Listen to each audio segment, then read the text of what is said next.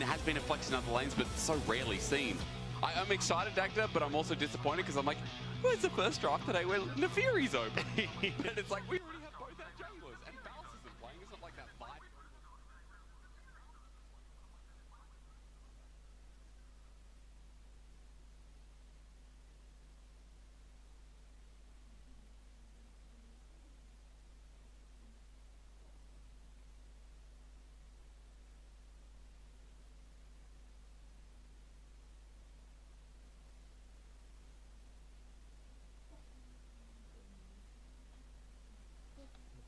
Người xem rồi 107 người xem.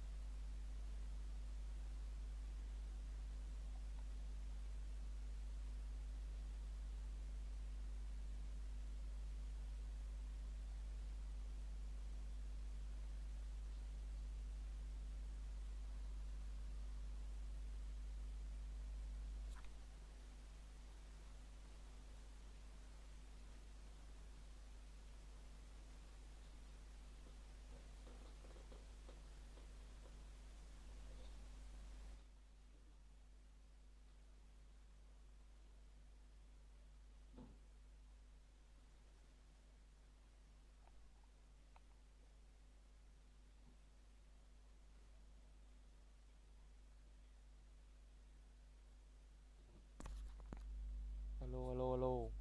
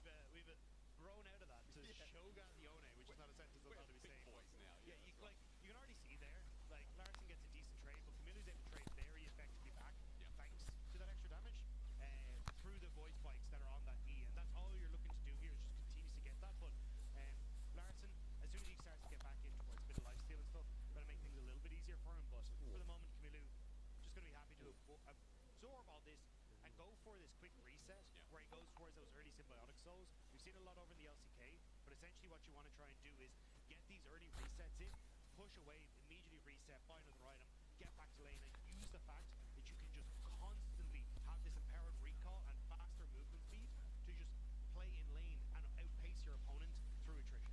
Also, let's not forget at level 6 as well. The best thing 104 about lượt the xem Shogun mà is có you have 2 double like smite. rồi. You know, the feast and 104 người xem mà có 2 like. I guess some of the parts people have been taking Axie Mark. I don't know what the secondary rune page. I didn't get to see at the start, Dagda, because unfortunately I have ADHD and I look at many things at once and absorb nothing. So I mean, with the increase on feast as well, it's like 1200 early as soon as you hit level 6, bit of extra damage on that usual. It's already 1200. It's like 1300, a little bit extra. People know what I'm saying back home, but it's a nuisance. But it does catch you out, because especially if you're trying to like play around that bar to be like, oh well, that is when I'm in execute range. It is going to be slightly over, so you can catch people out pretty regularly. But Camilo already getting a decent push in the mid, and also has the passive that lets him heal up and get mana every time he kills a minion. So that's why you can see him kind of doing fine here against Larson, as Larson's going to take his first reset.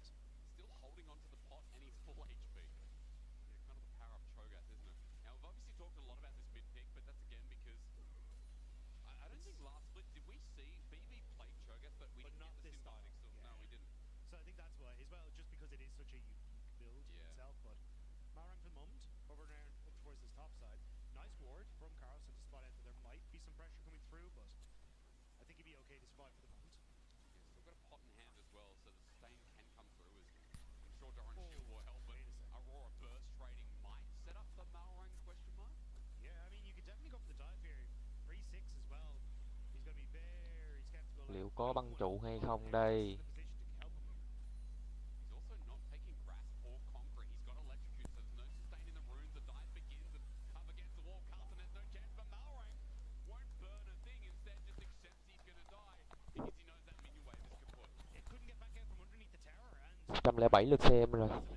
Adam probably Like đi anh em ơi. help drop the aggro, so then you could get the damage down, and Malrang's left to get out, but doesn't even try and burn the flash, just accepts that he's going to go down. Shan knows that with no jungler, he's going to start off the dragon. Meanwhile, the 2v2 extends a little bit further. Execute taking massive amounts of poke and trading, and Blacken just taking him down to an inch of his life. Patrick up next as well. Great Winter's Binders. Team Heretics 2v2. Really good pressure on him. Yeah, and at the moment, Heretics are kind of just winning out on the map stage a little bit. So you get the kill on top side. Yes, you do lose a lot of CS for Carlson. You can already see that's kind of where that big gold lead is opening up. But Cheo able to move down towards this bottom side, go 1-for-1, and now Camilo going to be in okay spot. So it's kind of just a case of that kill making the difference for Malrang, and Adam having that extra little bit of HR CS lead. I love the smite came early. It's like, yes, Camille, you can have this. And by the way, it doesn't actually say, we were looking at items before, because I was noticing in live that it says 1500 views, but Dad, it says 120 on the item. That's what keeps confusing me. I'm like, is it 150k or is it 120k? I think it's 150k of units. 120 on the item. I'm so confused. Either way, it's basically what you want to try and do with these boots is travel a very, very long distance, and then you'll end up getting an empowered, sorry, you keep the empowered recall, but you also get 45 extra movement speed as well. So you become out of combat. So you become very, very quick outside of combat. You're able to move around the map incredibly quickly, and it makes it difficult for your opponent to keep up, because all that's going to happen is, look, Camilo's low on the mana here. He's going to push this wave. He's going to immediately look for the reset, and then with the symbiotic, he gets the empowered hex recall here. See, he's going to be very quick going for that, and now he gets the increased movement speed back out into lane as well. So this is kind of the power of this. It means you basically don't miss out on any of the CS coming through and from lane. And look, whether the patch notes slash the client is bug saying 150k when it says 120 on the item, regardless, it's so mega fast to get the upgrade now. Where you can see, look, he's already made a recall at 100.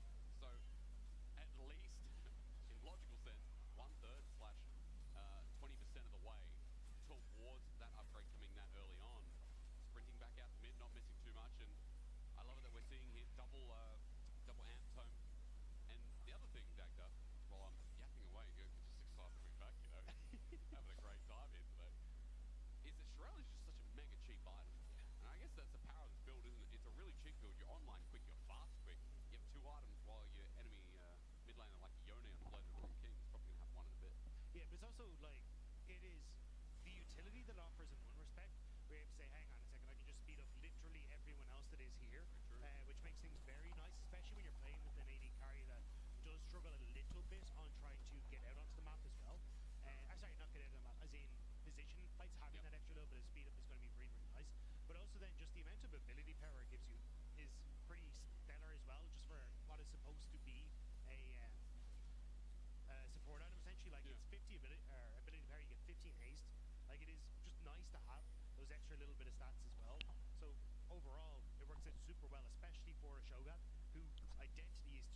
throws a personal, and then he's like, And I mean, in this team where you said there's a lot of dive, and when we think about it as well, things like Yone, Vi, very committal into a Cho'Gath and a Skarner won't be too good as Arrow flies through, but Camilo flashes away. Now Arrow does hit top, unintentional I think onto Carlson, but he survives for now, even without his boots being Merc shreds. He's just going to accept the weight. he's not having a very good time though. 86 CS to 47, and yes, he'll pick up a little bit underneath the tower, but Adam is getting more and more of this plate gold as well. Malrang now top, and If it Shadows on happens the opposite again, side. Dagda, I'm Cú đấm worried. bùng nổ lao vào. We're once again repeating history, but this time with ultis, a burst on the Carlson, one auto, and Adam finds Thế là it. Cancel đã nằm xuống. Gonna be another minion wave Đang dành cho crashing in Aden. shortly, and the last one put him that far behind, but this one Row đang dẫn trước 2-1.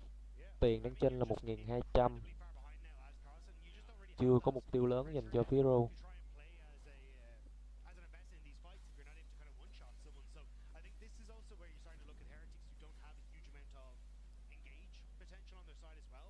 They're kind of hoping for Sten đang đi rất sâu vào trong rừng của đối phương để rải mắt hay gì đây. Biến về rồi. wayward cue from Camilo, but you kind of needed this investor to be firing on all cylinders to act as a threat, and it's just not really a thing. Đường dưới thì Flacket đang hơn 20 lính so với Patrick. Yeah, I did glance at that as they went for the dive. 79 lính so với 93 lính. Con chó gác này hình như nó chưa được hiệu quả lắm trong trận này nha.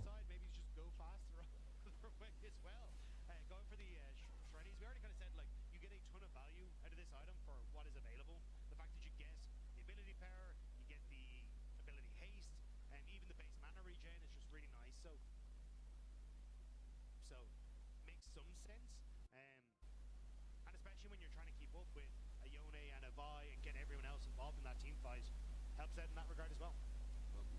Pause while we sit and think about that as well. Now, call me crazy, call me silly. Something forgets the name. I don't know. That's a quote from the game. Adam has 150 stacks to go. Yeah. I noticed. And Cho'Gath starts with 120. Now, there's a key detail I'm forgetting, and people at home probably screaming at me like, "It's this." Maybe it's melee versus range. I wonder. It's got to be subtext on symbiotic souls that I'm just. Why is it lacking? I don't know. I don't know. Sorry, I am distracted because. So on the way into the car today, I was listening to the analyst desk opening the show. Yep. And they were talking about you need sippy cups for the players because we I don't heard trust that. them anymore. Yep. And I'm now looking to the players and realizing that the pause is over. Someone's spilling their water. No. It's like, you know what? That's pretty impressive. Oh they my God. nailed it at the start of the day to realize what this pause is going to be about. But yeah, we're going to be getting back into game very Yeah, we are. quickly. But yeah, more sippy cups are needed at the LEC. Yeah. Who did it? Well, we'll find out shortly. Anyway, Australia's top. What we're talking about is the Aurora build for Adam. He's imitating Cho'Gath at this point, and he's going to get there a little bit quicker than Camilo as well. As we were mentioning before that pause came in at 1,300 the gold lead. Right now, this Ambessa is not in the game at all. I mean, Pickaxe, Caulfield's Warhammer, struggling to live. Yeah, but Heretics are in a bit of a weird position here where they are only now moving Camilo down to answer the push from Larson on the bottom side. So Larson could TP up to this play if you want to try and fully commit towards this. Push in mid, though, means that Patrick's only coming across now as Malrang looking for the play. Thinking about how he ults in, a smite to get the steal, the arrow to set up, and Rogue to jump in, execute an easy engage, but the flash away from Sten, build some space, set up with a fake shield is enough. Even with the impale from Show in the end, that won't counter the play. Set up from Rogue is nice, and it's a cheeky steal of not one but two grubs. So Heretics had committed Camilo to kind of hanging around mid lane, waiting to see if maybe Patrick got that step too far forward, maybe they could look for some sort of play, but he ends up not finding anything, late to go bot lane. Now Adam able to answer for the push on the opposite side, and you get that TP and kill on towards Rogue as well. So nicely done by Rogue, just pushing in wave states to set up the map in their favor. And again, it's very proactive of them as well. This is what we were saying last split, that like for Rogue, it's not just sit back and hope. You know, a Malrang probably brings that as well. This guy, a little bit crazy, and I love it. We're continuously diving the lane that has no Malrang thought in tiếp this tục game. nhắm vào Cancel và cú đấm bùng nổ không trúng. Hành quyết công khai lật ngược lại. Băng trụ 3v1 liệu có chết ai không? Chết một, đó là Cancel. Cancel nằm xuống. Quá vô duyên. Ở đây Camilo đang rình Adam. Liệu có bắt được anh chàng Adam này hay không? Theo đang có mặt. Hất tung thành công. không có giam cầm, hai thế giới đổi góc chạy. Mất tung không được. Adam đi về. 2-0-1 cho Adam. So that's the Shirelli if he wants to as well to try and make himself very quick to Rogue get out of đứng this trước là one. But 4-1. Rogue happy with that. Nhưng Yes, mà he so has về scored a quái lot, khủng but thì that's kind of the problem with trying to đang go on thọt mất towards hai Aurora con on rồng the so side với lane. bên She's so slippery with the bên invisibility, the ability Heretic. to jump around with her ultimates, and Heretics left a bit đang empty-handed. chênh lệch là 3.500 tiền nè. Yeah. Honestly, just a nuisance at this point. Also picks up the Hex Tech alternator, so we're getting some raw damage coming through as well. I'm just surprised by like Malrang. The game plan has been really clean, and Rogue's entrance into this 3 split. mạng 1 trụ. We've talked about this team Bây giờ có suffering chỉ for sức mạnh such a rồi. long continued time, and especially in winter. This is the Rogue we want to see that can really start thriving in the LEC. But it's also just kind of the Cái gác này vẫn hit đang on towards like rất là vô foundation, hại. or as Jack Spector likes to say, they foundationalized well. They have foundationalized, haven't they? Hất tung thành công đến từ vị trí của Alita Executed. Đại băng tiễn bá kích bắn không thành công. Lui về, tiếp tục lui về, hai bên lại đánh thủ hòa tiếp. 4 người ở đường dưới đây liệu có lấy được cái trụ còn đầy máu này hay không? Không, chắc chắn là không lấy được. Really effectively, and now Adam gonna move back up towards his top side to catch the wave that's pushing in there. There's nothing really on the map, so going for these plays isn't the end of the world. Just unfortunate that Execute had to burn his summoner spell to try and make that play work. Execute's been clean with it though. On this Alistar so far, say clean engages, yes, hasn't had to make too many of them, but all the same. 3k gold lead for Rogue in this early game as we crest around the end of plating, and Team Heretics, the only member who's ahead, if ever so slightly, is Flacket on this Varus. He's on hit Varus. While mid might look pretty even, but still, because of that dive up top, Larson, that's almost a 400 gold lead. I mean, Adam is also just huge. Yeah, he's going to be able to complete his second item very, very soon. Camilo đây hất tung thành công. Lassen xuất hồn ra đi về xong. Hết. Con chó gát này vẫn đang rất là vô hại ở đường giữa. Farm chỉ số lính thì rất tốt, nhưng mà mạng thì chưa có.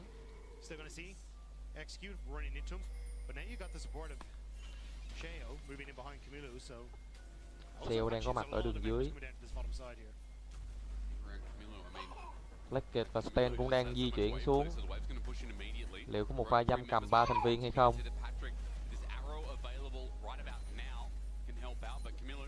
Và quyết định là lui về, bỏ cái trụ đường dưới này luôn.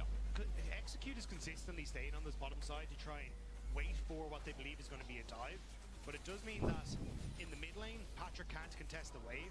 So now Heretics get to push in mid, and they get to move both their AD carry support down to the bottom side, creating this numbers advantage for Heretics. And it's kind of been this consistent play. Now Adam is going to get pressure onto the top side, as you saw Carlson shift towards mid to cover the play on the bottom side from Heretics. But yeah, it's kind of both teams missing some of the marks and the beats they're supposed to have here. Yeah. Next beat, by the way, is going to be 30 seconds towards this Herald spawn in top. Minute till Dragon, so the space is there at least to move from objective to objective. And the first item's coming on board, so we should see a fight. I feel like especially since Adam is so damn strong when he's gone for a support build first, and should have a why is my brain not working? It's first day back, man. But I know all the items in the game. I studied this game like a textbook. Sorry, which item are we looking at? I'm looking at crit magic. Shadow Flame? Yeah, thank you so much. There's like Shadow Flame's second angle for Adam. No wonder that was so hard. It's all good. It's not waiting to get made. So, see again, we're kind of getting like they're attempting on the bottom side, Heretics to make, Rogue to make a play. Yep. Heretics completely backed off. Camilo aware that he was under a lot of pressure, and they're going to trade for Rift Trail on that top side. But I just want to, as we're going through this game, keep your eyes on Marcendes, because he has been hovering around mid to keep Flacket safe. Now, in this instance, I think he maybe could have started to shift down towards that bottom side to help with Camilo, but even then, 4 versus 2, I think you're in a bit of a bad spot. But it's giving the push to Flacket on the mid wave, which is the important part. And that's where you're going to start to open up these 4-man plays when objectives aren't up. So, Sheo now going to open up with Riptard on mid, and now you've separated the Ashe from the mid lane turret. And Heretic should have a numbers advantage. Well, Patrick can still impact him, and he's foregoing mid completely as a Herald gets charged we mentioned. Carson wasn't TP'd. Oh, he's late there. He's coming in late. Patrick's still not in the fight. No front-to-back situation as the poke sets out the arrow from afar, but they know where he is. Not engaged in the fight. It might be bad as between well from Adam, though. Sets up quite nicely. Execute with the setup too. I keep talking about the setup, but where's the go in? From over the wall, Execute pops his ulti and Dagda. No fight, we just look at each other. But Heretics are delighted with that. Stend, of all people, the Braum got the dragon, and you got the Riptail charge in the mid lane. That's a big win for Heretics. And again, it was kind of based off of having this control over mid wave, so that they could open up to shift over. Patrick had to lose a full wave and the majority of his mid lane turret's health bar as well to try and come and help out. So he's now set behind as well, and Heretics just got to walk in and steal the dragon away. Nicely done. 3 dragons, okay. Well, they lost Grubs early. They lost the gold lead early, but Dragon win condition is a Dragon win condition, I feel like. And in this day and age, everyone agrees that Dragon is still the most important objective, especially with the minor buffs that have been given over the past couple of patches. Especially when you've got a Shogath that is very happy to feast on that potential soul in 4 minutes' time, you know? I think the saving grace, at least for Rogue, is that it is an Ocean Soul. Like, it's not that strong in the aspect of their composition, where they kind of want to one-shot a lot of people and immediately jump on them, so you won't get a lot of that regen off. But I think the disasters are already kind of starting to happen, where they're just not getting control of the areas that they're supposed to, and in skipping steps, Heretics are actually punishing as well. And that's the thing again. While there's a lot of criticism for Heretics, at least in this earlier game, and I think more so is the fact that Rogue were getting compliments. Just seem to shift gears. Yeah, Shirelias for Shirelias. Now, Adam is very strong though, between worlds, but against Camilo, still he has a lot of health to work with. Adam now without an ulti, but how much is that going to burden when no objective is up? While Rogue, Death Brush quite deep in top lane, using that inner turret push to shadow and get a pick. Yeah, but you got a lot of people moving around to cover this now. Flack had managed to push out mid, so he's here to defend as well as Sten. And again, Rogue just kind of not finding much on the cross-map play. Sheo even pushing in this mid wave just to cause more pressure on the map. So, Adam, we're going to look to see if he can get him. Oh, has set him up quite nicely. The damage, is it going to be enough? Well, maybe. I mean, Malrung's going to pop the ulti. One rotation there. Impale interrupts the Aurora. 4 members should be enough from Rogue, but Team Heretics, their jungler, taking a while to die, eventually does so. At least he got a hard still stack eventually, but there's a quick kill for the turret. Shea just took a little bit too long in that mid lane, and good punish. I mean, great arrow coming through from Patrick to nail him down in the mid lane and set up for that play. It wasn't really expecting it, thought he could clear the wave and disappear, but at least that's something now for Rogue off the back of that passage of play. Still complimenting Rogue. 15 seconds to Icon though. I like that our icon's changed. It's not just orange anymore, is it? I don't know if that's ruinous, but I like that it's blue and red. We'll find out in a second. Listen to it. It's like we're Did you make that noise again? I missed it. That one. Oh no. That was actually... that was just me choking. You know, it's not hard because I do it every day in solo queue. So, so I can imitate that noise, you know? I went from Emerald 4 to Plat 4. Oh no. No, not been fun, no. Yeah, and you were on holiday, so I thought you were at least taking a break. I mean, I was. That was the break. Yeah, I had to go to Rome to escape solo queue. I came back, played some more, like, I gotta go to somewhere else. Next holiday booked for Greece. All right, well, top, it's all about this Atacon. Now, noises aside, I feel like Camilo's noise is going to be important as Feast is up and available. 7 stacks on the Cho'Gath, and as he clears this wave, Team Heretics are very interested in the contents of that topside river. Yeah, I think they were trying to make a play into Camilo, but Sten has actually been doing a decent job of playing between both mid and top to keep his side lane safe, and I think that's where Rogue are really struggling, because we kind of said already what Rogue want to do is fish for picks, and if Heretics are never really giving them that chance, they're just playing for this dragon at immense time. That's where it becomes a little bit more difficult. And you can look at where the map state is at the moment. Like, yes, Rogue are getting push in these side lanes, which is going to help them get to the dragon first, but they haven't really got anyone contesting that bot wave, and it looks like Heretics considering a collapse on towards the mid lane with Carlson, but they don't really find much. They're just going to reset instead. No one's really overstating. I mean, when Dracos and Betty started singing about chaos, yeah, I don't know if they had Rogue and Team Heretics in mind. No. But we did ask for it. But we do have a Shogun mid with somebody, you know? And a little bit of chaos. Yeah, yeah. They didn't it's like a sing, sprinkle. give me a little bit of chaos, you know? It was just give me well, chaos. It was an unspecified amount, right? That's so true. I think it's on them for not being more specific. That's right. Maybe next time make a song with specific amounts of chaos. Yeah, at least, 3. A part chaos. 2. I don't actually know the units of chaos. I haven't got that far. True, that's right. Is it like in a bubble? Do you package it like macarons from Paris? What do you do? Well, I'm trying to figure out what Rogue are going to do from this situation, because Heretics have got control over mid. Malrang's in a decent flank spot, but Heretics kind of saying in this group makes it very difficult for them to crack. Like Carlson even marking Larson here as they try and move through this choke point. So Heretics just doing a good job of gaining that space back here. Remember again, if there's one mistake, if Team Heretics choose to go to Atacon here, they're not going to lose anything. They've got 3 dragons on their own, and Rogue are going to start it off at the very least with patience. You know, wear thin. Malrang sits them back a bit, and Team Heretics are playing mega slow ball to this. Good little scream as Camilo tries to delay. Some damage taken against him, but Execute now isolated. Arrow sent out. Rogue are committing. All in for nothing, and Larson great engage as the Aurora sinks and swims, and now for Rogue, they're getting poked out.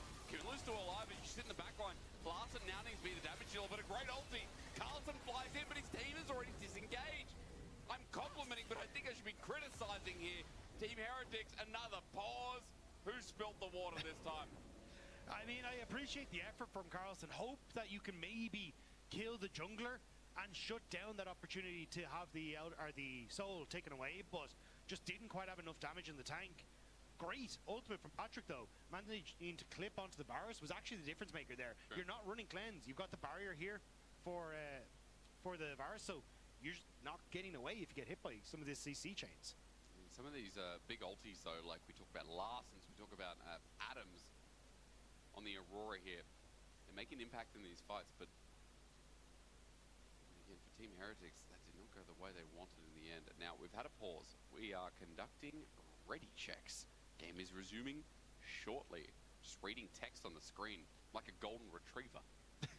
I'd be impressed if a golden retriever could do it. I mean, as long as they see the ball, they get the ball. You know, I got compared the other day to a dog, and I did get compared to a golden retriever. And I you know, I don't take offense to that. Yeah, okay. That was going to be my question. How do you feel about that? I like chasing things. No Neferi yet. I will not bark, I promise. No barking. There was one thing you said you were going to do in the broadcast. And Neferi's not even here, and I've already barked. Isn't there a skin coming out where, like, Neferi's a hot dog or something? Yes. Oh, but very good. Here, like, immediately, you end up getting locked down, and it's just the CC chain that's really good, but great from Patrick to get that play. And the burst damage is there, because Camilo gets the feast off, so Execute does end up falling. But here, Carson thought he might have enough, but Malrang's flash means that he just barely ends up staying up. But at that stage, you can always look for a recontest, especially with Camilo being able to TP back in, Shao having that smite available, but it just wasn't quite enough for Heretics. Well, this Dragon goes down, Rogue stop the chain. At the very least, next objective needs to be thought about will be the Atacon and top, and Rogue coming back out on the map with 2 items apiece. Note that Rabadon's almost there for Adam, would make number 3. He's taking the Cho'Gath build and put a chef's hat on it, while 2 and a bit items, almost 3 for Camilo, who might be going the Rift Maker 3rd after the Dead Man's. Yeah. Looks like the way to go. It won't be a lean Andres, just see the Haunting Guys as a next step to the action of becoming tankier, healthier, and more AP. Yeah, it's such a nice build. It flows really well. You end up tanky, ton of movement speed, damage. So, well, Heretics trying to now get control over this mid wave. They're moving basically everyone here, and I think this is where Heretics kind of need the people in their side lanes to control the push, because this mid lane tower has been incredibly low for so long. The Heretics really haven't been in a position to take it down, and it's kind of been existing on side lanes problem. Like, Carlson at the moment is just sitting in river, not really able to do particularly much, because Camilo wasn't also pushing on that top wave. So now they're kind of caught with, well, where the hell are we supposed to be right now? Do we need to shift up towards the Atacon? I don't really need to, as it looks like Larson just going to back away. But now you're also not having a push in the bottom wave either. So it's both side waves going Rogue favored and Rogue punishing well through that. And again, to draw attentions, and Carlson will have to move down to that bot wave.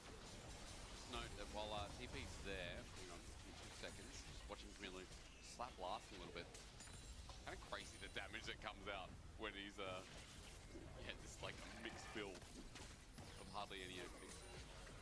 Yeah, it's the percentage health damage of your target is insane. But Sten gonna spot out there's multiple members here. Arrow does connect in melee range though, but the Aurora follow-up is beautiful. Rogue pressing the buttons, but no kill yet onto Flak. It takes a little bit of a while, but as the Impale goes down, the ult from Stan and set up from the Ambassador helps clean, but Malrang somehow still alive. He burnt down for quite a while. Shao will get the shutdown.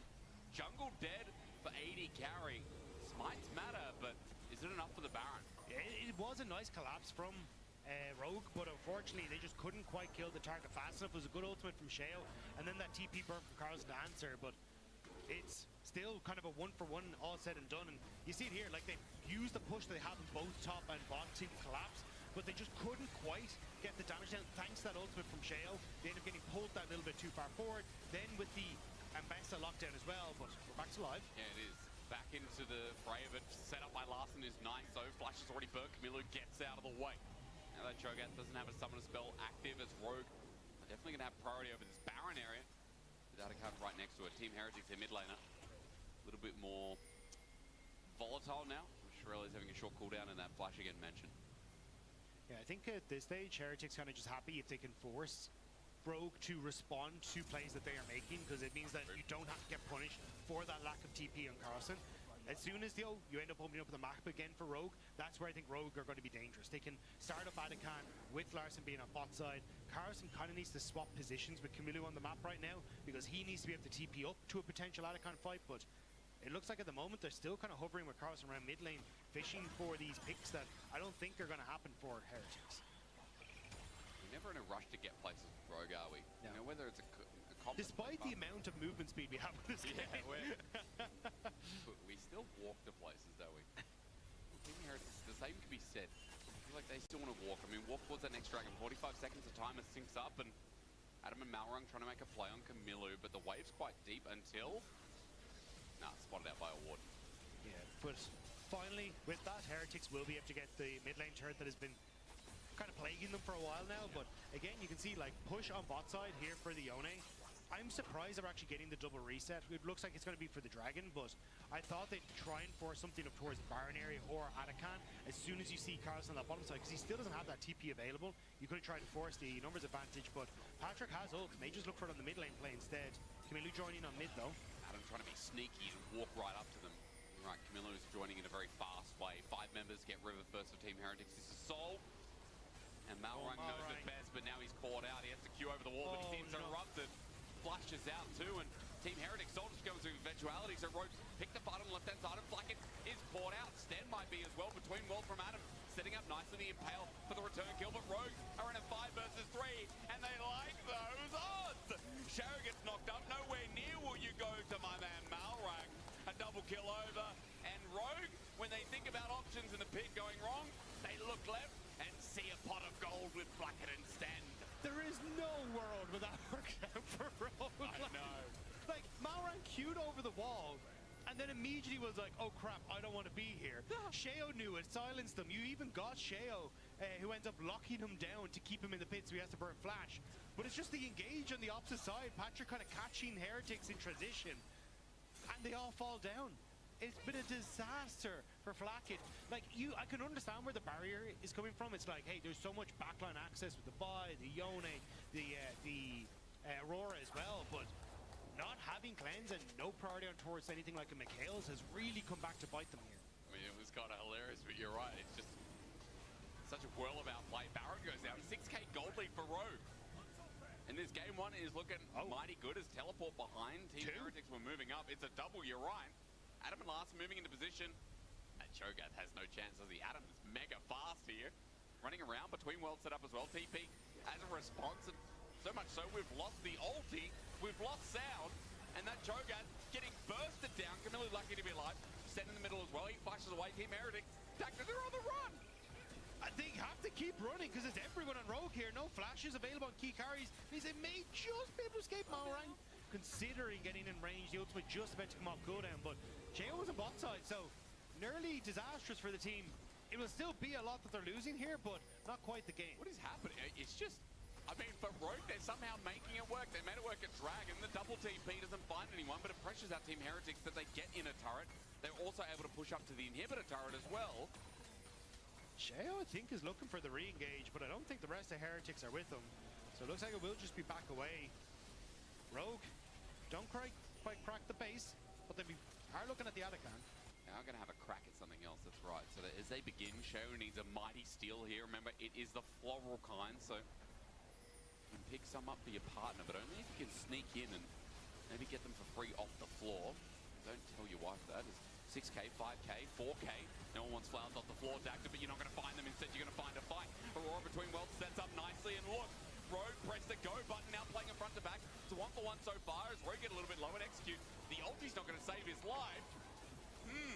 Again, Rogue set up the fight, but I thought it was going to be better than that. Well, this is a strange game. Heretics have more damage in the tank. This is kind of where that composition comes alive. It absorbs so much of that pressure and prevents the follow-up. And now Rogue, when they keep going, Carlson matching at him. Here we get poked out. Electrocute helps out a little bit, but Rogue, they've got to run up to the Atacunk. It's going to be taken away right in front of them. Malrang with a steal potentially, but Team Heretics, they're on top of this. Nice arrow. Atacunk goes down. Team Heretics going to get all the flowers here, plus the percentage bonus on the neutral objectives that they have. And suddenly that Baron isn't looking too powerful after all. This has been a bit of a messy go from Rogue. I liked the initial play, which was try and TP, look for the pick onto Kamilu. Maybe we can use that to very quickly crack up the base open, reset, and then look into a side lane as well. But it was this after fight that just doesn't quite work out for them. So as Heretics start to move in, Rogue trying to look for the collapse onto Kamilu, but he is surprisingly tanky. And look at where Black is positioned. He's the on-hit version, so getting a ton of damage off. You're getting the damage blocked by Stend as well with that Unbreakable, meaning that nobody's really doing anything to them. And Carlson as well, having that threat on the side. So it's just the lack of value in the damage Rogue are getting off in that fight. Team Heretics as taking members must be cheering. I mean, this game back within reach in some degree. 1 minute 20 to Ocean Zone. If Team Heretics can get Ocean Dragon number 4, then they are not just cheering, they get the extra 25 minutes. Here we go. Excuse me, the ult sets up. The arrow brings it back into fruition. Blackett isn't dead yet though, until Adam jumps in under turret. Miller comes in with the TP. Under turret, they're going to take it down. That's Rogue doing the damage. Sheo, a 2-man impale.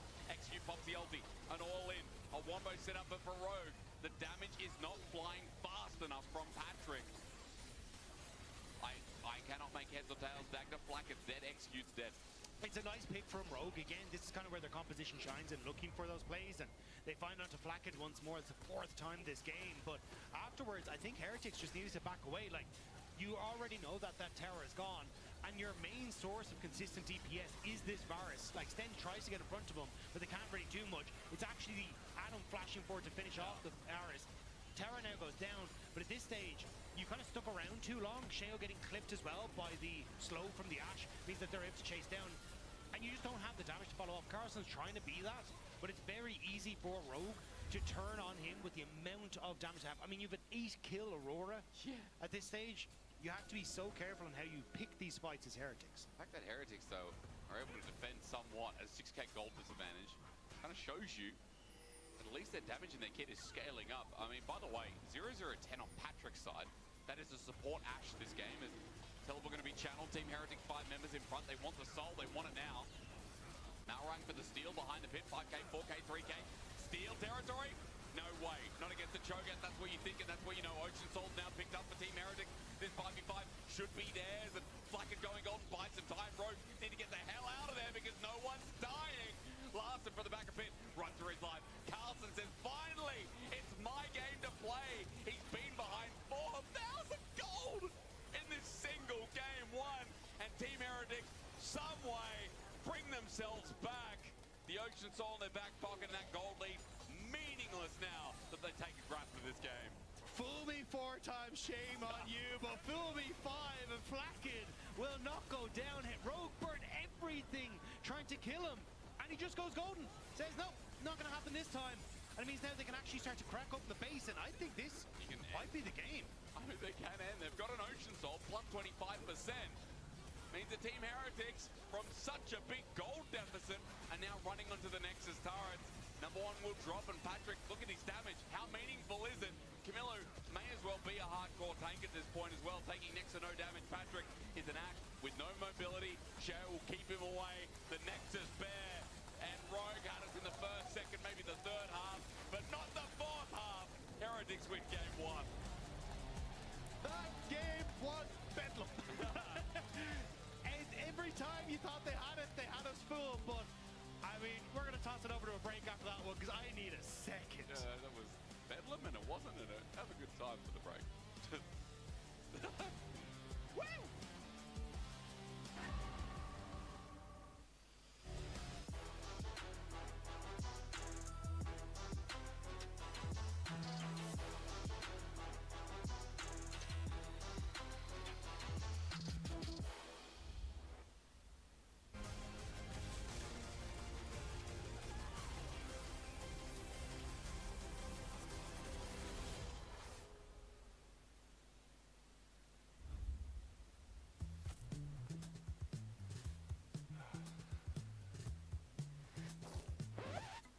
Hey Dracos, you ready for the... Oh, that doesn't look good. Wait, I have a solution, but you have a break. I will be right back. Just wait.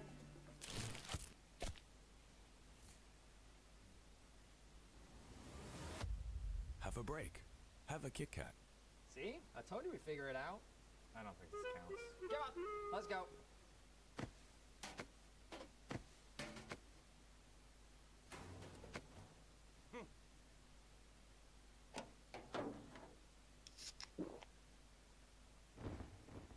Red Bull gives you wings.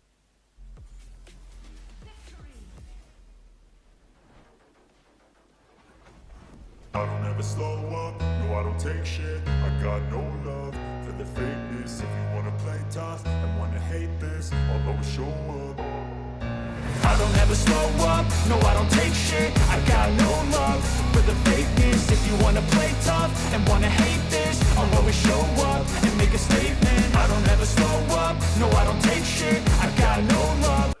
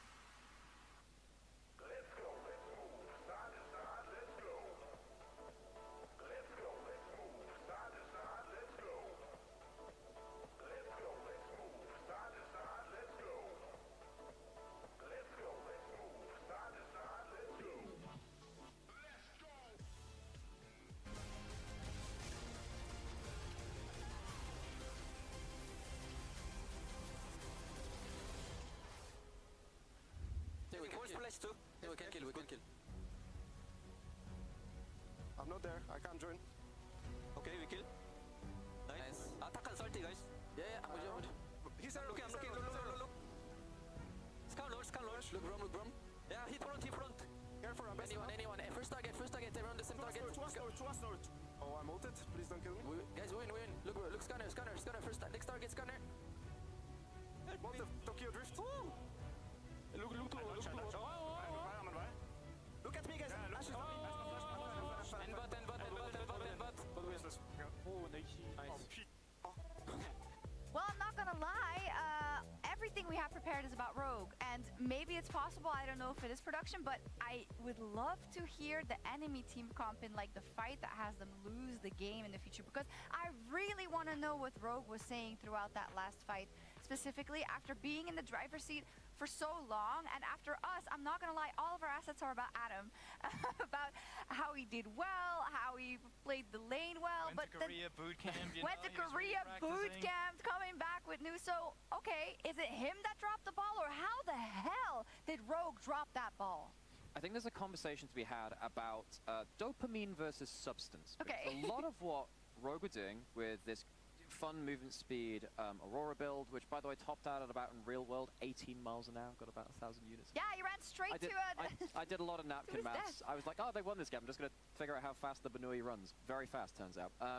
But that was good for the 1v1 because the tanks can never escape in a sideline. That's great. You're winning the individual matchup, but that's good winning the 1v1. What about the objectives? You're losing dragons, you're losing Atakan, and you get to a point in the late game where that 1v1 doesn't matter anymore. You've gotten the value you're going to get out of the sideline. Where are the actual tangible permanent benefits you get for the rest of the game? And they slipped up on that level. And that's why I would really like to take a look at some of these objectives. I don't care about Adam's build. You can have a Yes, look at what we prepared. Honestly, It's beautiful. surprised, It looks okay. great. We're gonna Damage. break it down. He's super fast. A lot of value in that W. I want to get it away. I want to go into that third dragon where Rogue is sitting at the game. They have a 3k gold lead at that point, okay? And they're literally doing nothing. I mean, okay, well, we They can talk just about really Adam want to still if taunt we us on want. this, right? Come on, Adam, No, give us Adam's the looking great, guys. It's Okay. really fast. We get it. Rogue Can we never get the lost this dragon? game. It was all Adam. Don't worry about it. I don't know how much clearer we can be, actually. This is to be what the game completely should have honest been with about. you. It should have been about this. The Aurora's really good from ahead. I know there's been a lot If of we people... get his tweet too, I'm gonna actually. Oh man, like I get the dopamine of this. This feels great, but you have to get actual game ending and game sealing advantages. Obviously, this is not where the game ended. This is what we should have been talking about, and that's not what it ended It up being. isn't. I hope we get that Tokyo Drift. dragon then. And also, it's actually funny. I won't tell you who said it, but we were kind of looking at the game a little bit, and as it was not going that well for Team Heretics yet, we obviously had the Cho'Gath coming out. And the person who was here from one of the teams said he will just do that. Camilla will just blind pick also Cho'Gath and slam it in either situation. And we were like, okay, then this is probably not going to work out. But now he's going to keep picking it. I mean, not in this day, obviously, but yeah. So give me the Team Heretics, what they did to get this game back. Because I can see how you're saying how there weren't maybe factors and even the advantages that the top lane got that you can parlay into the later times of the game. But there's always someone who has to catch when you throw. I think the big thing is that if you get yourself kind of a dragon sneak away here or there, and you get yourself that Atakan, in that case is like a bigger win, you give yourself just that extra ability to not take a hard fight at an important point in the game. You can drag it out a little longer, and then you get to a point where you have triple tank frontline. Skarn, one of the tankiest junglers in the game. Cho'Gath, one of the tankiest mid laners in that kind of position too. And it allows you to play very, very strong front to back and play around the objectives to actually get that soul at the end of the game, which can actually win you at one of these situations. And also, they decided to sell that top laner. They never gave Carlton any resources. Every time he was died, it's like, that's great. You're 2k down, but don't worry. We're getting a dragon. We've got this. Yes. And in the game, that sounds like mega cope. Right? But apparently it does work, and I think it's also Malrang dropping the ball a bit. Love his early prioritization. He decided to help last now with a push instead of trying to find some pressure down towards the first Drake. It was a bit difficult. They didn't have butt push, but it's still one of those things where it feels like they are in a position where they could contest some of these objectives, but they're not really leveraging the fact that they could. Do we have the third Drake? And do I would we have love the to know. final Do fight? do we have it the or third not? Drake? Because I do want to talk about how we had a composition, right? Aurora, Vi, Yone, Rogue with 3k up at that third Drake. What happens is nothing. They don't fight. We They played don't it find a already. Did you target. see it? No, that was not the one. That was the one where Braum stole the dragon. Oh, okay. Which is also quite funny. Which is also hilarious, Yes, to be but fair. it's one of those things where it's like you're sitting with a 3k gold lead. You were that third objective where you're Here supposed we to go. take the fight, right? Yay. And you can just turn. Like, you turn. You're 3k up at this point. Like, you're supposed to just go for it. Oh, no, this is the steal again. I mean, it might be the same. It might be the same one to it, Goldberg. it might be the same, but I was still so like it was still one of those things where you're 3k up. Why is the enemy able to push you away? you had the priority to go on this objective first, and still you weren't able to find yourself in a fight where you It's interesting because I think we can contrast it to what we saw in the earlier series. I know, guys, it was a long time ago due to the pause, but we were talking about this also when we were watching the Fnatic game, right? Where they came at it from a position of strength, and when they were at the objective first at Dragon, but they sensed danger, they would pull back and they would make sure that they can dictate the flow of the game from that position. Now, to say that that is an easy thing to do, I think is a bit obtuse, but you know what? No, if you're Rogue, if you're Larson, if you're Adam, if you're some of the people who have the, like, there's not a lot of people who have as much experience as you in the LEC, specifically in this match versus these players. I actually think it's hard to excuse. And you know, this is now a situation where Rogue realistically should have lost against Heretics last split. They somehow got away with that win. They didn't get away with it here, and now they're in a position where a team which realistically you're fighting with very closely. Let's go! I want to see it, man. Team Heretics 2-0 them. Come on. Vamos, indeed. Be the same thing as well. I'm not talking about the right, it was a right, you know. Legal distinction. That's a very legal distinction from us as well. Now, when we get into this game, give us the same love and courtesy that we got from game one. You know what people don't talk about enough? Camilu's smile. That was not where I expect that sentence to go. What a lovely smile that guy has. That is true. We'll get there. We'll go through the pans, you know, all the players. There's Carl Carlson. To his friends, Carlson, or Carl, depending on which friend you talk to. The big lad, the man himself. Look, there he is. It's a nice smile. Well, we have to skip that. He's a nice, yeah. Can we go over again? There's show again. Let's go. There he is. A lovely smile always. When he's smiling, this is the one moment. I was going to say, yeah, you kind of... 10% of the time he's not smiling. That was then. Now, hands together. What do you make? Definitely prayer hands, because I'm curious as to exactly how because even though Rogue kind of took control of a portion of that game, I still wasn't the biggest fan of the way they came about the draft, which it felt like gave a lot of comfort and answers over to Heretics in how they wanted to approach the composition. So I'm curious exactly what the new game plan is for them. Gwen is up and available, and it looks like Gwen will immediately be taken by. Oh my God! Someone loves Gwen. Oh. Well. Is someone there ready to howl for Nefiri, because that is also an option in this game.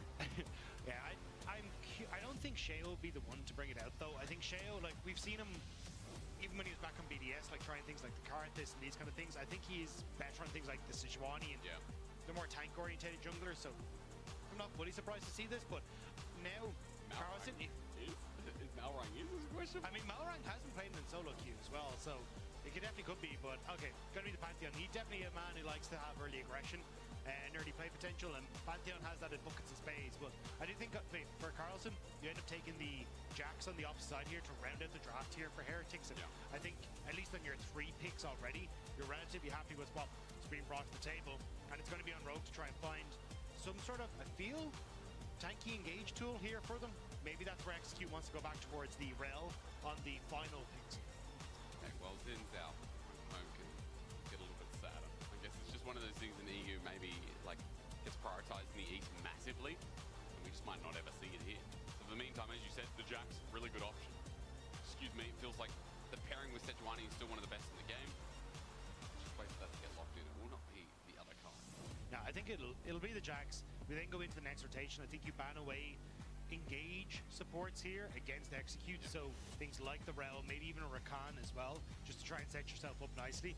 And then from that position, you're actually perfectly fine to just go, like Leona maybe is the only other thing that you might have to worry about, but you can even take that on your next rotation if you're really wanting to. But I think overall, it's just making Rogue uncomfortable with having any sort of engage tools in their kit. I feel like as well, outside of the Leona, as we kind of go through Fearless, you know, again, Rel was brought up in the conversation, was still a priority support, still very good. Orianna taken away, Dagda. What do you start thinking about? Like, pretend you're Isaac Newton. Orianna fell on your head, the ball. The Orianna ball fell on yeah, like the apple. Does, And then what do you come up with? Gravity, oh my god. Then I'm surprised to go mid lane at all. Because, like, as I was kind of saying, I think you do end up with the support bands, and then you just go for mid lane counterpick once you have a guaranteed answer as to where this cork is going. So I'm kind of surprised to see this because I still expect Corky mid here for Larson and then AD carry selected later. But Poppy going to be the final ban. I don't think that's really what rogue we're going to go for in this sort of situation. I really do think it's going to be like you go Leona, Vayne going Rel, or vice versa in this sort of situation. And then you're playing for this big engage to it from the bottom side. You're right.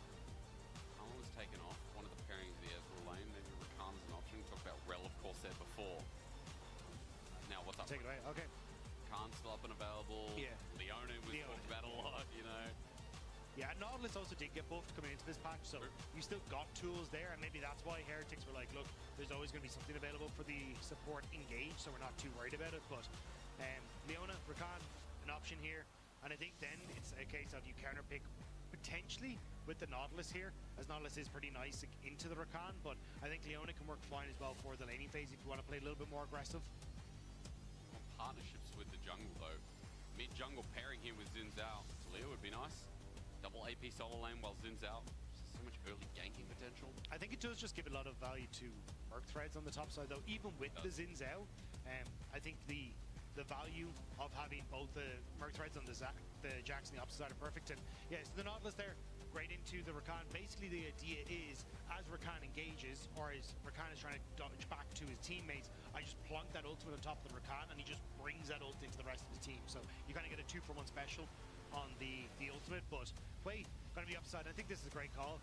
We already kind of highlighted there is not an awful lot of engage on Rogue, so let's play a range with the Ezreal, with the Wei, and just look to poke you down as you try and get into the fight as well. And as well, scaling size when you have the Jax too. On the other side is Rogue. They pull out this Gwen B1. Now, Gwen has just been insane at the moment. I know it's been talked about a little bit before. I know again we saw it earlier today. Insane in solo queue, but so far in the LEC today, because we got it from Lot. Yes. Now, Dagda. It's been played, but it's been played at a loss. I will tell you, however, that here for Adam, I had a lot of faith after the first game because I feel like Adam was one of the biggest carries in game 1. Yeah. And the fact that Rogue lost game 1, there is no way any Rogue fan or I'm sure the coaching staff would accept that. That should have been a win. But the throwaway to Team Heretics puts them in a lead. Remember, best of 3's fearless. One single game to go for Heretics to clean this out. Otherwise, if we go the distance, this would be the kind of series that would go the distance. Let's be real. Game 1 ended up being a, what do you call it, Bedlam Barney? Yeah, I like both of them. Wunderbar. Bedlam Barney, yeah. Whatever, but I do, either way, I think you're in a decent spot here as Adam to try and get some sort of control into that top side, but we're going to see exactly what the game plan's going to be as we load on into game number 2. If you're counting along at home, remember that 2 comes after 1. But before 3. But before 3, crucially, 4 is right out. Yes, I'm Australian, but I do know multi-devices. I have done my homework for today. Oh, Carlson. He's getting pinched out. Good dredge line here from Execute. Root not going to come down. Counter-Strike is the start. Carlson trying to hold on to his flash, but I don't think he can. He's going to have to burn it. Ignite comes down and Executes Ignite for Carlson's flash. Might have to walk back to the lane. Yeah, won't have to TP, but there's his summoner. Yeah, Carlson has unfortunately been the target of everything Rogue is Alpha in the early gauges in game number 1 and number 2. And I think it is just to set up Adam. So I was talking to Finn about this matchup because the major change that makes Gwen so much stronger in lane is actually the E cooldown. So basically when she E's, she gets the dash, she gets the increased range, and she's really effective at being able to auto attack you from afar and play at this range advantage, which makes it very difficult for the enemy to actually trade effectively against her. And with that now being on a lower cooldown, things like your Counter-Strike aren't up all the time, and it's kind of like changed a lot of the way these matchups can work, where you have a bit more wiggle room as the Gwen to then get to the point in the game where you do have 2-3 items and you become just an absolute monster. With Carlson now being down a flash, it makes it really difficult for him to try and play this lane as aggressive, because you look at Malrang starting, I imagine he's going to go straight from bot to this top side, so Carlson kind of needs to play for the aggressive push on top lane. And And as long as Adam's kind of trading his health like he is now to keep this wave out from the tower, I think he's going to be in a spot where Malrang can try and get up to this top side nice and early and get that gank and punish the lack of flash. Power of Xin Zhao, isn't it, as well? I mean, it's not like the buy where, yeah, you've got ganking tools, but not as potent as one of the best jewelers in the game. Speaking of good poker, Camilo just trading off a Larson and using the range advantage. Yeah, one of the things Finn did say, though, is for the Gwen, the time she is most vulnerable is going to be on the push back out. Yep. But that is traditionally when she's been taking things like the exhaust or the ignite to try and even up the matchup and look for further trades, the potential all in at level 6. With Adam having the flash, it makes her a little bit less vulnerable, but it does also take away from that potential all in we might see at level 6 for the Gwen. Before we get back to top lane, just remember Malrang is trying to make his position in a good spot, and what I mean by that is taking the long path around. As he gets spotted out by this ward, Carlson is timing back. Oh, for Malrang, it's not going to work out. Leap strike super easy here. Wind becomes lightning, and good sidestep. Also, the wave at an even point too. So for Malrang, no successful gank here from the flashless Jacks. Yeah, Sheo's starting to come in onto Malrang, though. Going to be able to spot out with the ward that the blue is still up and available. So.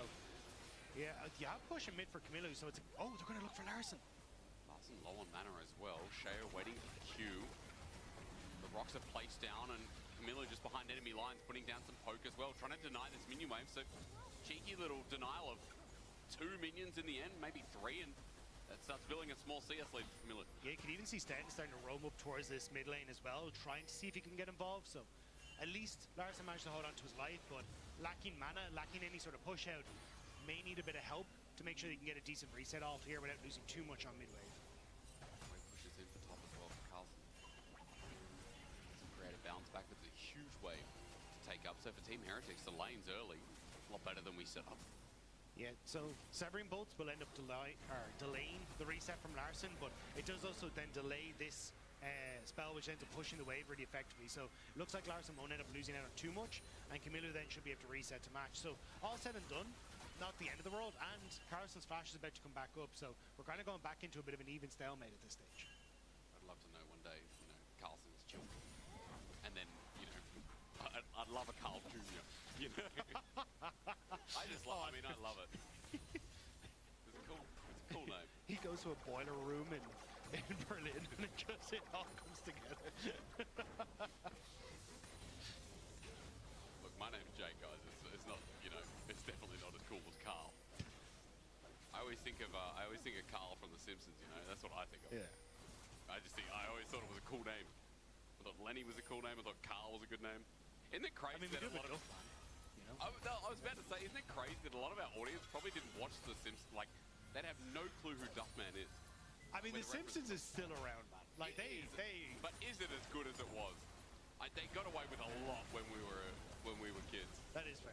Like, some of the episodes, I look back and I'm like, wait, this is a kid's show, But they are the best shows, where you kind of have a little bit for the adults, a little bit for the kids, you got to match it. That's why Shrek is so loved. There's so many good adult I think shows. Shrek 2 is Dracos' favorite movie. I think that's what he says. The thing is, when people say number 2 of something is the best, I always think, like, okay, I get it. But 1 is how the journey begins. Like, Shrek 1, ogres having layers. Sorry, donkeys.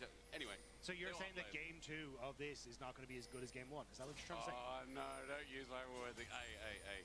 League of Legends logic does not track, okay? This can only get better because we have Fearless now. We have layers.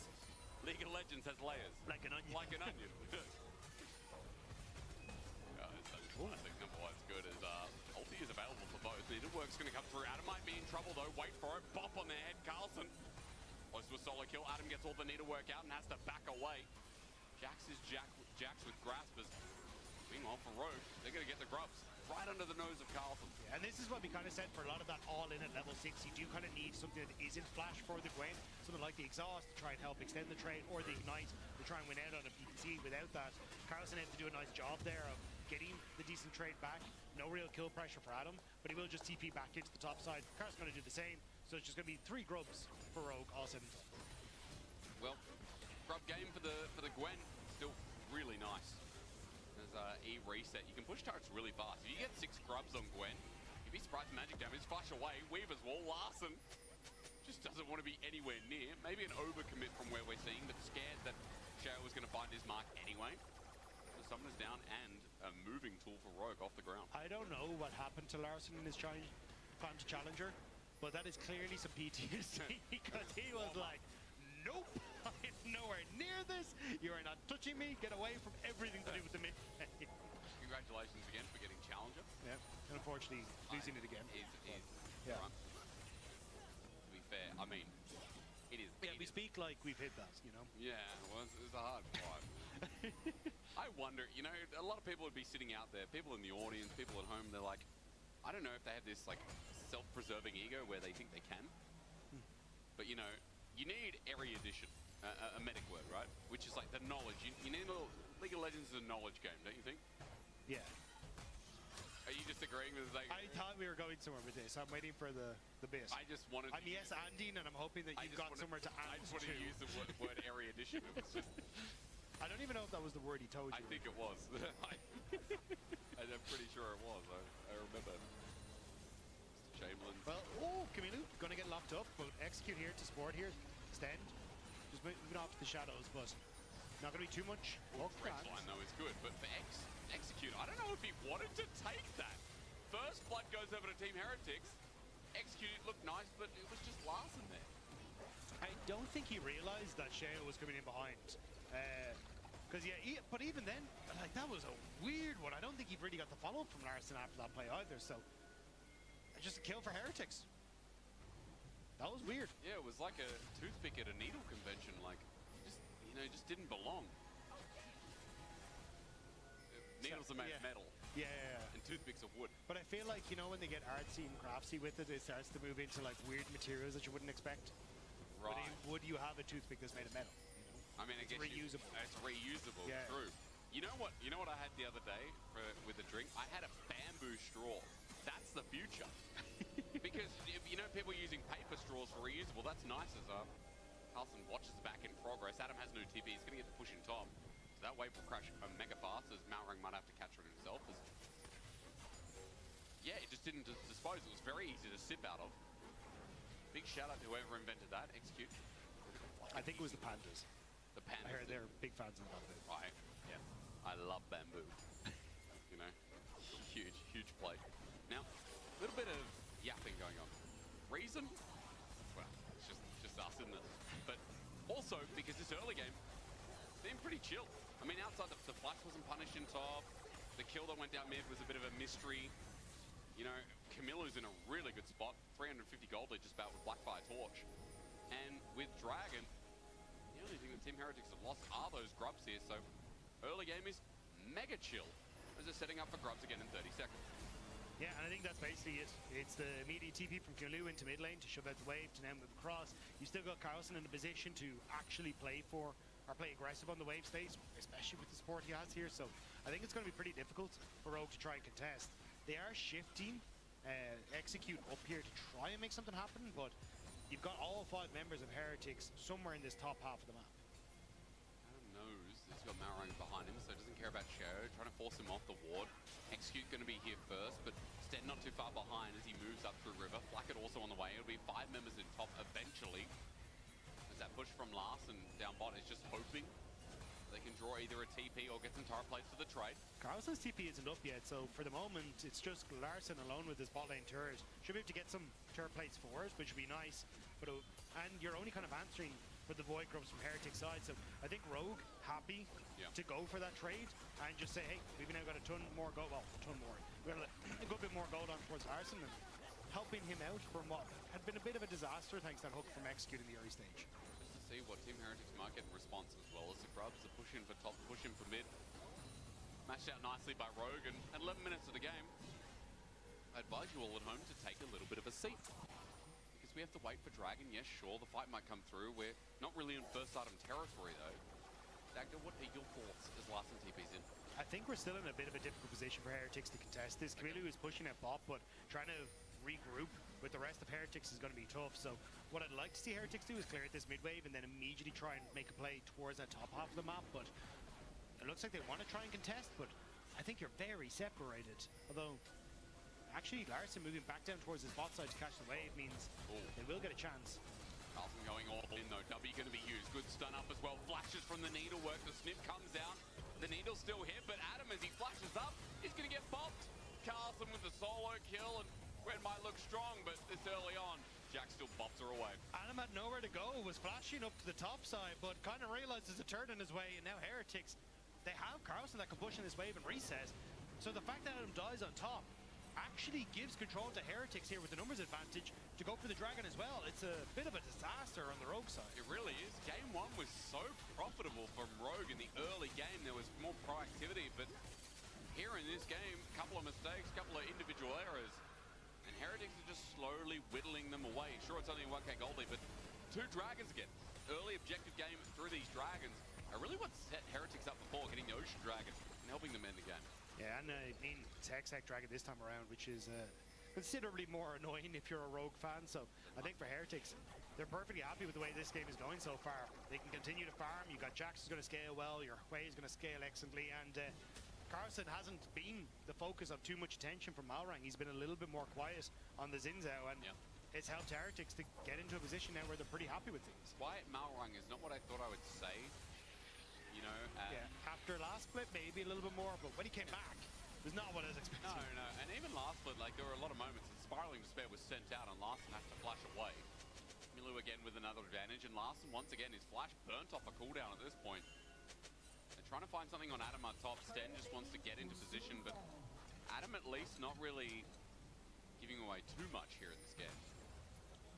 No, I think, like, you need to try and find some way to catch Heretics out of this stage as Rogue, but it's so difficult when you're always playing on the back foot. Like, Camilo now is going to reset, they're going to have the tempo advantage for Heretics, so you kind of need to start skipping a step in the hopes you can catch people out, and that's essentially what Execute is trying to do here, and may actually punish Camilo a little bit. I thought he was going to go for the reset, but actually stuck around to see if he could get a chunk on towards Larson, but these are the kind of things where you need to keep your eyes on Execute and Malrang.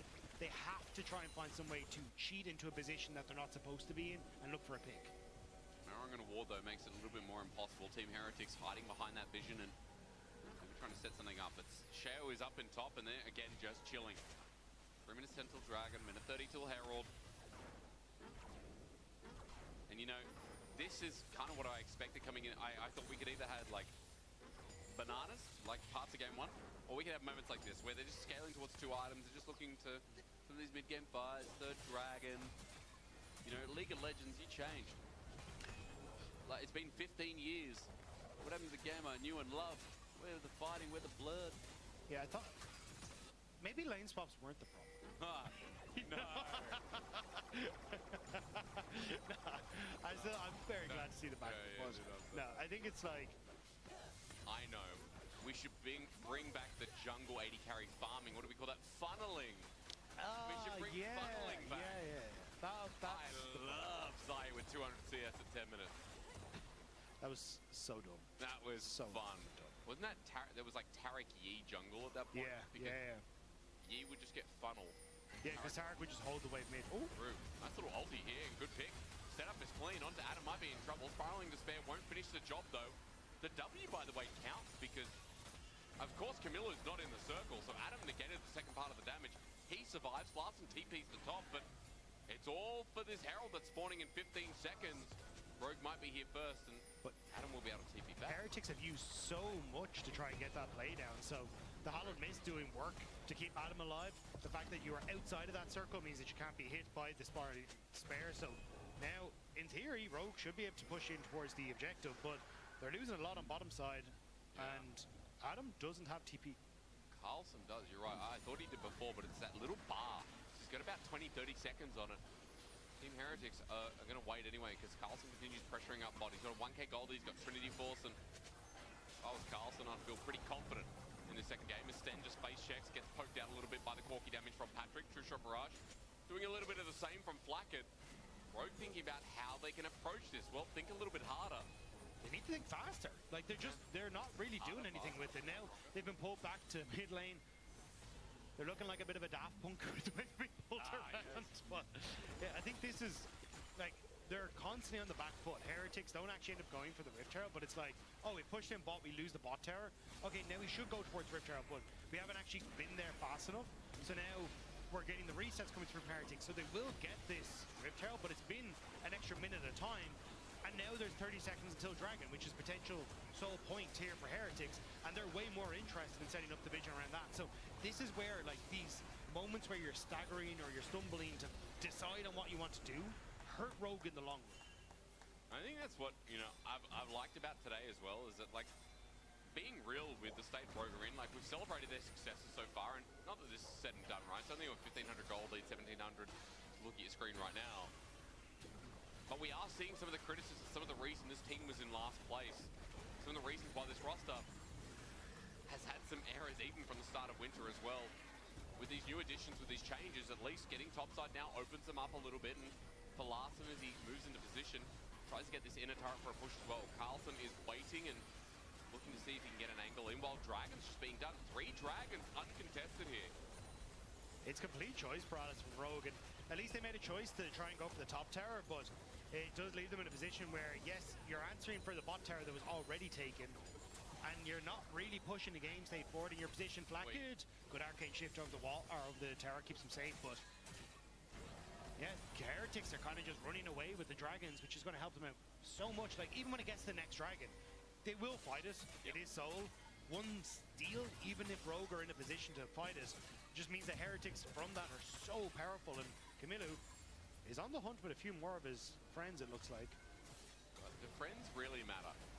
People at home, it's okay. If you don't have friends, neither do I.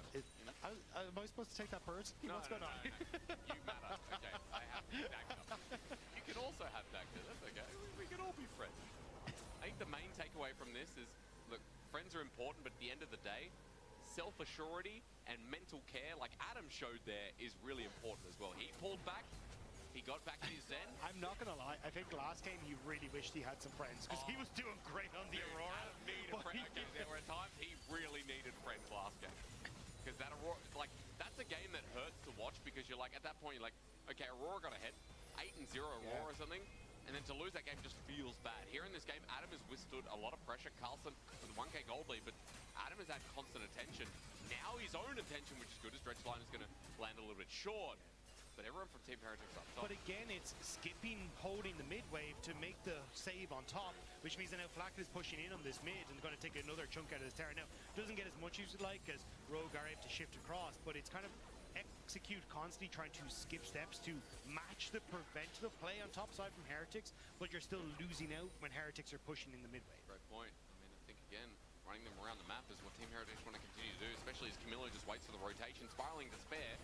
That was a little bit short. Camilo just out of range from binding Larson. I mean, it's worth a shot at this stage, because you're not really going to get too much else out of it. Like, you're not going to rush for Adacon here. You've got 3 minutes until Dragon.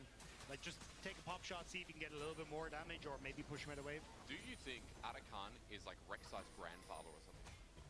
Is that no, their family root? I mean, the lore is literally in the client. Oh, it's Mordekaiser or something. Yeah. Why?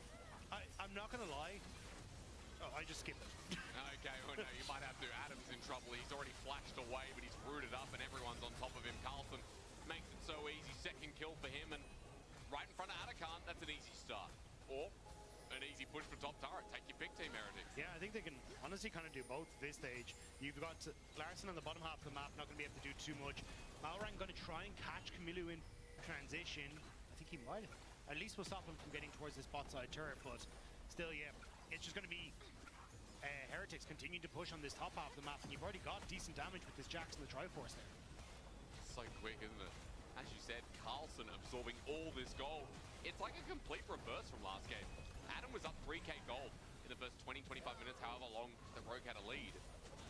And this game, Carlson emulating 2k gold up. He's going to have Sterax now as well. It's just utter domination. When we talk about how strong Gwen was, I guess Jax is still a reasonable good matchup into it. Well, I think that's, like we kind of talked about it, the summoner spell choices really matter in this matchup, and you're kind of getting to see it, like that level 6, not having that all-in potential being forced out of lane, and then also the attention that Heretics have given towards Carlson has helped out massively. So I think all in all, it's just hasn't been the best of times for Adam, and now he's in a position where he's getting pushed in. Jax is getting a little bit more run of the map. you're going to start to establish vision in both top and bot side jungle of Rogue as Heretics and look for that mid lane turret. Dragon in a minute's time. I think they want to try and get this mid lane turret down beforehand, but it is going to put you on a bit of a back timer looking at the Dragon. But yeah, I'm curious exactly what the game plan is, because the vision isn't there to kind of establish it on the bottom side. It looks like Shale going to move out to put some control wards down in this bot half of the map, but you're still kind of a little bit late on the resets here. Is Rogue going to move in towards mid? Again, as you chill out, just remember, you're sitting at home, you're watching League of Legends, and you're thinking, oh boy, there's got to be a fight, right? And I'll tell you, yes, there will be. 40 seconds. Just calm down. Stop asking me. With 2 items on play as well, the range is there. I mean, Ezreal hitting a big break point, and I'm also noticing teleport going to be channeled to mid. Camilo very nervous about Rogue moving down, but the hook. The hook is there. There's the pick off as well. Stender's going to find an easy charm. Execute is just dead. Malrang as well has to flash away from the counter-strike. Rogue are now stuck with 4, and their primary engage is down. Adam Execute ends up going in, but you hadn't even got the resets from Rogue finished yet. Adam was still trying to make his way out of base, and now Heretics, they're demanding control over Dragon. They're going to lose Soul. And mid lane turret. Carlson's almost going to get mid. He might die for it. No, Patrick can't follow this. Weaver's Wolf can, though. And Carlson gets a demand of 3 people. Flash away. Adam, seismic shove, and Malrang. Meanwhile, he's dead to Camilo. Rouge are doing nothing. They're just... And Hextech Soul. Hey, this is... It hurts. After watching game 1 from Rogue, it genuinely hurts to watch this game. I mean, especially after game 1. Like, they had control of game 1, couldn't close it out. And now in game 2, they're kind of just being late to the party. It's skipping steps, not setting themselves up properly, and they came back is now. A day late. It's going to chunk us. You know? Doesn't quite have it. But no. Rubs? They'll get on there. Flackett's thinking, how do I do it? Minuet's coming in anyway. Yeah. But now, Hex XO, you get set up for Baron when it spawns in a minute's time. Like, you're in a phenomenal position here as Heretics to just keep this play up. Well, I mean, look across the board, see a 4K gold lead. Mid's now open as well. Hextech Souls we mentioned, and Camilo's just moving in. Waiting. He's on a ward, though. That's the only benefit right now for Rogue. Maybe setting up for a pick to get their first kill of this game, but they're on a ward themselves. Execute walking through. He's going to flash. Camilo uses it as a bait, but for now, excuse me, the poke is still there. First kill. Rogue finds something. Larson had to flash again. Flo loves using his flashes. Execute is just on the wrong side of dodge. He's now dead, so it ends up being a trade. I can't talk positively about them. With the Glacial Prison, Malrang drops as well. Baron's up in 20 seconds. Atakan's there again. Team Heretics are just free shopping. Rogue at least tried the Hail Mary, looking for maybe something, but Heretics are already just too far ahead at this stage, so it will be Atakan, which is the first to spawn. They will take it, and with your jungler not up for another 20 seconds, I don't know if they can immediately move up towards the Baron afterwards, but they will also lose the mid lane turret for this, so I think you still have a chance here as Rogue to try and defend the Baron play, but it's looking grim. Really is. Atakan goes down, GA enabled, and Baron will be the next question. We look at the replay here though, Dagda, because again on a ward, this is their fleeting play. Yeah, and look, it's a good call. Camilo was out of position. You can see where Heretics were, but you end up using so much to try and make that play happen, and Carlson knows that he's in a really good spot. The team is there to follow him up. He's just about trying to separate out people, and then also the ultimate coming through onto Malrang sets up beautifully, so Heretics just respond well. That's all you can ask them at this point. I mean, it's been a pretty clean game from their point of view. While being a little bit doomsday on Rogue, I think for Team Heretics, like some of the flourishments, that's the Jack Spectre word, definitely seem to be flourishing. You know, what's his word again? Foundationalized. Foundation. Flourishalized. Flourish. What did I say? Flourishments. Flourishments. Yeah. It sounds like refreshment and flourish. Yeah, but specifically for flowers. When you're really thirsty as a flower, you need flourishments. And so when you foundationalize what Team Heretics have done in this game, you're looking at only good things. Now, Baron is just being taken by 2 men from Camilo, from Cher, going to be spotted out. This might give it a little bit of an opportunity to Rogue. Maybe Dagda? Maybe, but yeah, they're just going to turn and burn on towards Rogue as they try and enter here. And they have no vision, so they don't know that it's actually been stopped. Execute's dead in an instant. Larson with a good ulti, but Carlson is zoning out 3 people. Seismic shove, but Carlson has a GA and he's taking no damage. 2 dead. And while Rogue go to check in the end, Now Baron's definitely gone. Yeah, Heretics just wanting to prove that Winter Spliss, that bout was just a once off. Yeah. Well, Camilo needs a little bit of help. Getting a flash on. I mean, for Adam, fair play. He's going to go into GA, Stend as well. Team Heretics, 2 of their members stick around while Baron is going to be done. True Shot Barrage can attack Dagda. They are low. Yeah, you have to get that TP from Camilo in here as soon as he gets up, but still, no jungler. They get the smite. Okay, they got the smite. Team Heretics now look for the play. Adam gets flashed on him. Flacket is just playing with them. You'd think, oh, no, they're going to throw a Baron. They can't. Rogue find nothing. 12 to 1, Baron. And only 2 GAs taken. It's 12 to 1. Nearly, or like we're going to hit a 10k, I imagine, down Goldie for by the one, end of this. you know? Yeah, it's, well, turned down for Rogue because it's been a bit of a sleepy time for them. Execute gets caught out. Carlson ends up getting knocked over the wall, and even the flick forward here guarantees that the stun comes through on towards Malrang, which means that he then falls. And it is a nice turnaround, and fair play to Adam. He's tried desperately in both these games to make anything happen. And it's once you get the slow off and the needle work, you can actually make some stuff happen. But Heretics, they just bring it back. They're too far ahead. Now, Malrang gets the flash.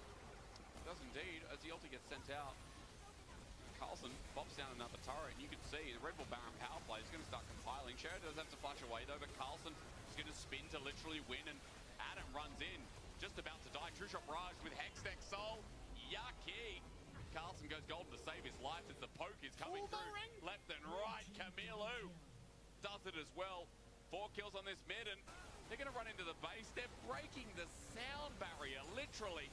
Team Heretics with a minion wave behind them too. We're just trying to end the game. They're sick of this. They got dinner plans stacked up. Well, it looks like they're eating up Rogue as they start to move over towards that middle wave as well. The tower soon to fall. Sheo a little unhealthy, but still kicking. Flacket is just diving underneath this last Nexus turret. Nexus spare, 1 more kill to add to the mix. Team Heretics. Game 1 might have been close. This huge comeback, but game 2 was a sleeper. They put Rogue to bed 2-0 to open up the LEC Spring. A confident win from Heretics in that second game.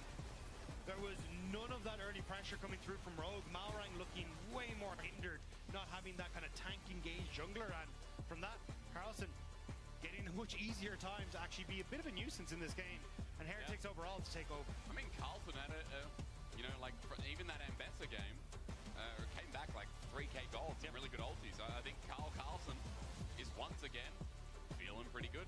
Yeah, but it was a team step up across the board. It was indeed, every single lane, right? Yeah, I mean, Camilo had a great job mid lane, looked fantastic. The engages were sick, and Stend even covering for a lot of people as well. So across the board, I think step ups for Heretics. Both be a key player of the series at LEC on X. Carlson, Camilo, or Stend. Now, as always, I don't give an opinion, but never, not once. I am excited about the prospects of Carlson and Camilo both. I think these guys have a lot of talent, and I think last split we saw elements of it. I mean, especially Carlson as a top laner. Look at that guy, and I think. He hit the sick Camille game. He had some great games. He's had a few couple of sick games. It was a good Jax game. Got attention from Sheo, but to be fair, Carlson really holds pressure well. Yeah, and I think also a good understanding of the matchup, right? Like we saw the level 6. He didn't scurry away as that ultimate. He was no, I'm going to take the fight and really set up. And again, I think the Stend kind of understanding where he needed to be on the map, like game 1, covering on mid wave to then open up roams to those side lanes. And even in the early game in this one, roaming up to try and help out Camilo in the mid lane. So, and the way was great. So I think overall, phenomenal stuff. Yeah, I mean, Camilo's also developed really well. That's why Team Heretics, they're a year on roster, aren't they? Yeah. They're a year on roster where you watch them develop, and I think, again, you can be excited about the prospects of Heretics. A good start to the split here in spring. Dagda Hysterics leaving you with an interview on stage with Law and Flacket. Thank you so much, guys. Welcome back to the stage for the Marriott Bonvoy post-game check-in with Flacco. Flacco, thank you so much for joining me. Thank you. 2-0. But I want to ask about the way you guys won this first game. Like, I couldn't believe it, could you? I mean, this game 1, it was really, I mean, I think it was a bit, you know, getting back to the LEC studio for everyone and everything, because we were really shaky. I made the mistake of not going cleanse. My support told me, you can go Baron, it's fine, I will be in front of you. I got arrowed 4 times. But I mean, I think it's fine. I think there was like the 2 last fights that we played like front to back, how comp should be played, and then we managed to take the win. Yeah, absolutely in a crushing way, honestly. And I feel like it's kind of hard for Rogue when you lose a game like this. And when I look at your first game, how messy it was, and then the second game a bit more clean, do you feel like it played a part? Like, did you notice your opponents playing, I don't know, a bit more defensive, differently in this game too, given how I mean, I think Rogue, they have like their play style, you know. They usually play really slow, and you know, I mean, if it comes to like, if they have the poke, I think can be like a dangerous team, or if they have like really, you know, tools to like make the game longer, I think they can be like scary team if the game goes to like minute 40 or 50, because they are usually like comfort zone for them. But yeah, I think they are like not really proactive early game, so they kind of concede. You say Rogue have their style. What is Team Heretics' style? Because talking to Carlson ahead of the series, he was telling me that you guys want to work on being more aggressive, more incisive in that sense. What is going to be your style about? I mean, for sure we want to be like more aggressive, especially compared to what we show in winter. I think we still have a long way to improve. But I mean, today it's hard to show because, you know, 2 people fight if they want to fight. So if only one side wants to fight. But yeah, we're definitely working on that. All right. Last question for you. Isn't it too hard to have 3 French players in your team? No, I mean, it's fine. I love them all. All right. They really spam sometimes French comms, but that's completely fine with me. All right. But I mean, they're really funny and they're really nice to be around. Amazing. So I really love them. I'll teach you some stuff to flame them, maybe. Flacker, thank you so much for the interview. That's all for us here on this side of the stage. We're going to make a short break. You see the teams behind me. MKOI is gearing up to face off against G2 right after this.